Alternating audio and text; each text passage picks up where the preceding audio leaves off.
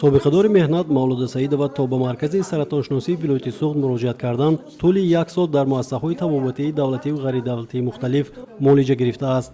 табибони маркази саратоншиносӣ бошад дар муддати кӯтоҳ сабаби бемории Мавлуда Саидовро муайян карда баъди ташхиси амиқ ва муолиҷаи дуруст саломатии ӯро барқарор намуданд. чун табобати собиқадорони меҳнат дар ин муассисаи табобатӣ низ ба таври ройгон роҳандозӣ шудааст, шахсони имтиёздошта ва табақаи осебпазири аҳолӣ ҳам ҳангоми пешниҳоди ҳуҷҷатҳои зарурӣ дар маркази саратоншиносӣ аз хизматрасонии тиббии ройгон бархурдор мегарданд. ман медонистам ки шӯъбаи саратоншинос беморхонаи ҳамин шаҳрие ки мо дорем хеле беморхонаи аҷоибаш он аст ки дар ин ҷо бисёр духтурони бо таҷриба кордор ҳастанд. ман ба ҳама ҷо муроҷиат кардам ва беморхонаҳои вилоятӣ, беморхонаҳои шаҳрӣ, лекин дар он ҷо маро ташхис карда натавонистам. ман маҷбур шудам ки инҷо омадам. мобайни 1 ҳафта ба ман аллакай сарама бардоштам, хунам истӣ кард, ҳама масъалаҳои ҳал кардам, хунам паст буд, баланд шуд, саломатим хуб шуд. пагоҳ ман меравам аллакай дар муддати 15 рӯз. ина бинед ки ман 1 сол ташхис кардам.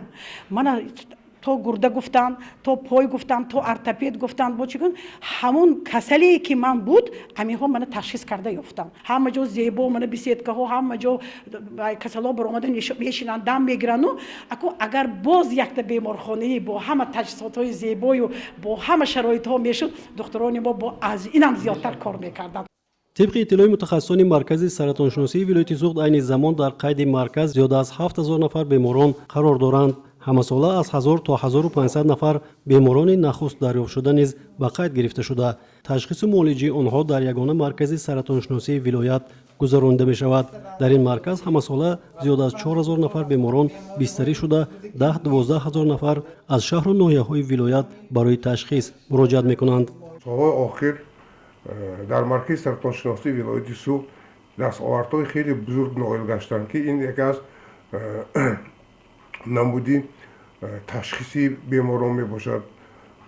بسیار تجهیزات‌های تشخیصی و طبابتی معاصر که از جانب وزارت تندرستی و حفظ اجتماعی اهالی جمهوری تاجیکستان با ما کمک کرده شد. این تجهیزات برونکوسکوپی می باشد، تجهیزات تشخیصی نوری رقمی رنتگنی می باشد که تا این وقت در مرکز وجود نداشت و حالا با این تجهیزات ها با این تجهیزات بیماران بیواسطه تشخیص خود را گذاشته ایستادند.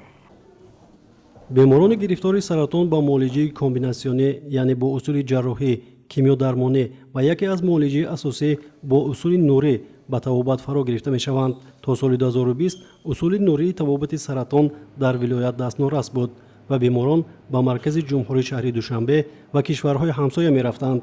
خوشبختانه با دستگیری وزارت تندرستی و حفظ اجتماعی اهالی جمهوری تاجیکستان، مقامات اجرایی حاکمیت دولتی ولایت سوخت و تشکیلات مگته سال گذشته در شعبه نوتأسیس نوری مرکز سرطانشناسی ولایت سوخت تجهیزات زمانوی نورافکنی دسترس و مورد استفاده قرار داده شد.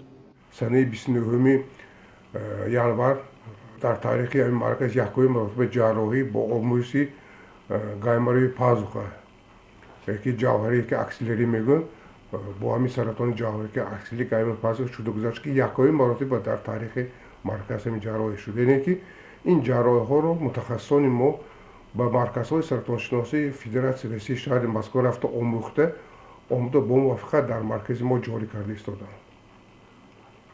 در سالهای آخر مبلغ‌گذاری ساحه تندرستی، مبلغ‌گذاری مرکز سرطانشناسی ولایت سوخت خیلی هم خوب شده ایستاده است. یعنی که برای دسترس نمودن دارواری ها، برای دسترس نمودن تجهیزات ها، برای گذراندن تعمیر قسمی و تعمیر کلی شعبه ها از طرف مقامات اجرایی حاکمیت دولت ولایت سوخت جدا کمکی نظررس رسانده شده ایستاده است.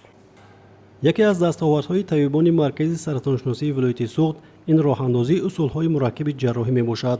امروز در نتیجه بازآموزی، تکمیل اختصاص و آموزش اصولهای مرکب جراحی متخصصان مرکز عملیاتهای جراحی که در گذشته فقط در فدراسیون روسیه و کشورهای اروپا گذرانده میشد با موفقیت در عمل تطبیق نموده ایستادند.